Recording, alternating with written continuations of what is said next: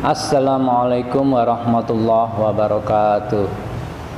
Sampai ketemu anak-anak, kita jumpa lewat daring di acara Fortasi siswa kelas 7 baru SMP Muhammadiyah 14 Surabaya. Alhamdulillah kalian sudah 3 hari ini dan resmi menjadi siswa SMP Muhammadiyah 14 Surabaya. Materi kali ini yang Pak Wid sampaikan yaitu tentang kepemimpinan. Ya, kemarin sudah diperkenalkan kan satu persatu dan sudah kenal mungkin sama saya, yaitu Bapak Witikno, tapi tidak asing dipanggil dengan Pak Wid, gitu ya. Oke anak-anak, kita masuk ke materi kepemimpinan. Perhatikan di slide. Di dalam slide itu ada latihan dasar kepemimpinan. Oke, kita lanjut. Kepemimpinan dalam organisasi.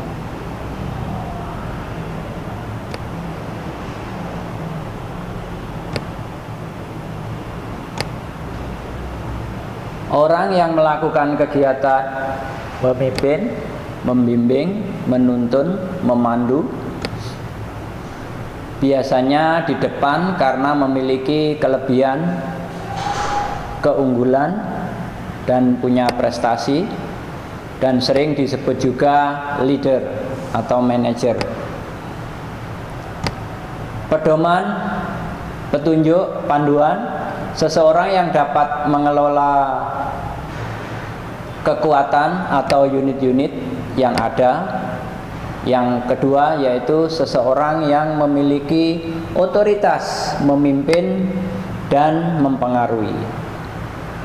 Nah, nanti kalian insya Allah dari sekian ini 130 lebih siswa kelas 7, insya Allah nanti ada yang akan menjadi pemimpin yang menggantikan pemimpin bangsa Indonesia ini.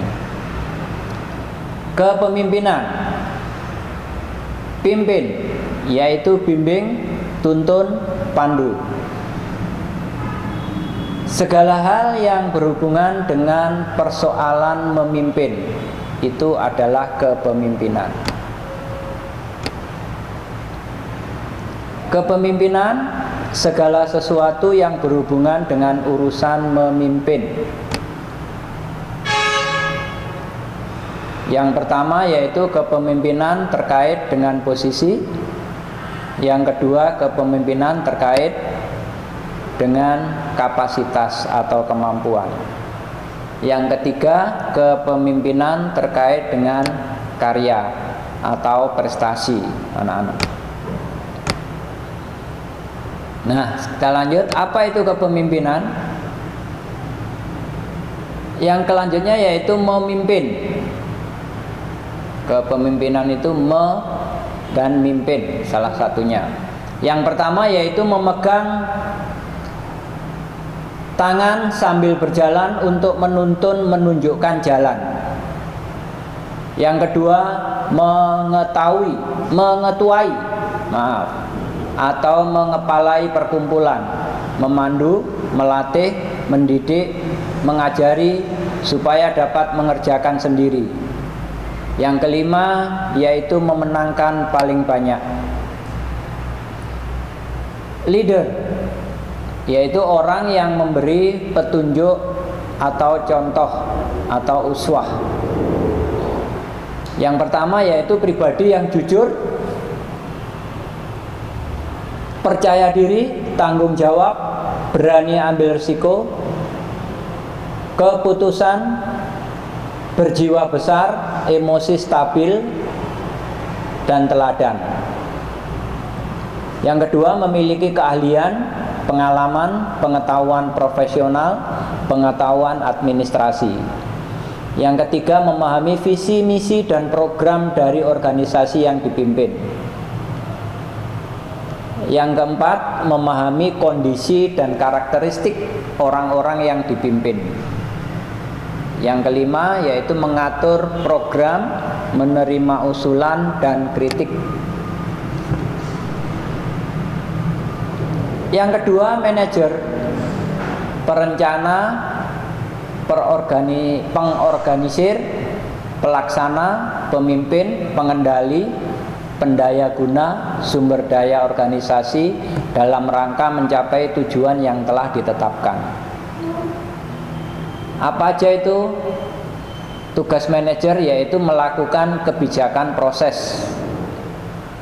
Yang kedua, memiliki strategi yang tepat dalam menjalin kerjasama, memberi kesempatan kepada tim, mempertanggungjawabkan tindakan, berpikir analitik, konseptual. Yang kelima yaitu mendorong keterlibatan tim. Itu anak-anak. Jadi nanti kalian insya Allah bisa. Kita lanjut, dimensi kepemimpinan.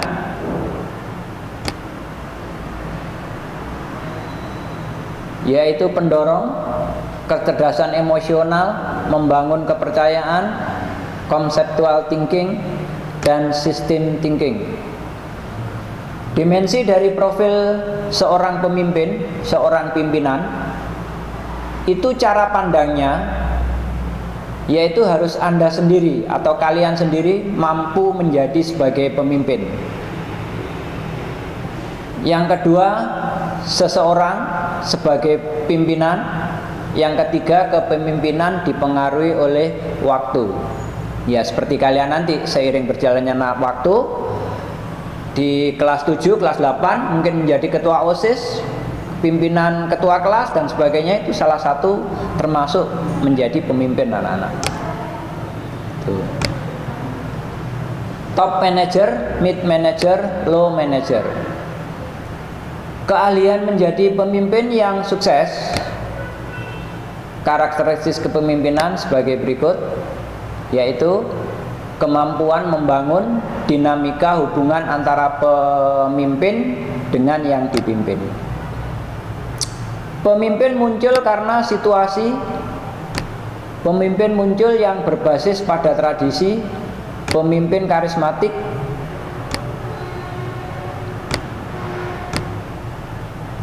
Pemimpin yang baik dapat menguasai 3 sifat kepemimpinan dan memunculkannya secara situasional, yaitu demokratis, tidak otoriter,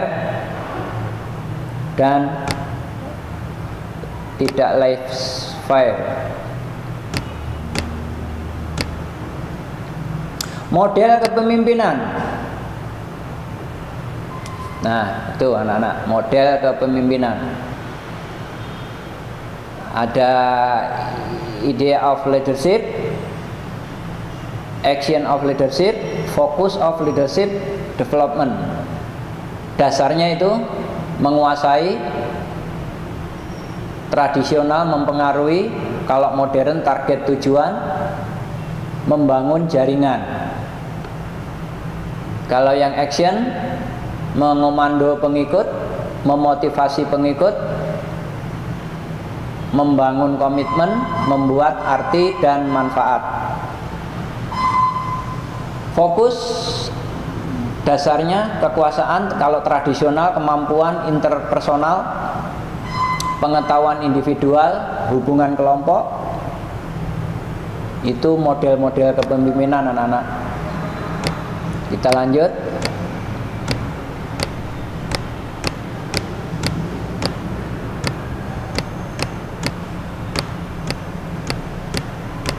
Mau jalan Mas.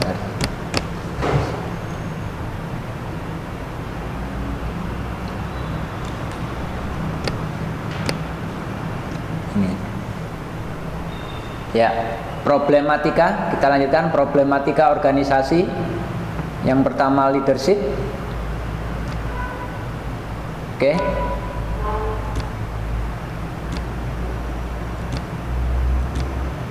Nah, struktur.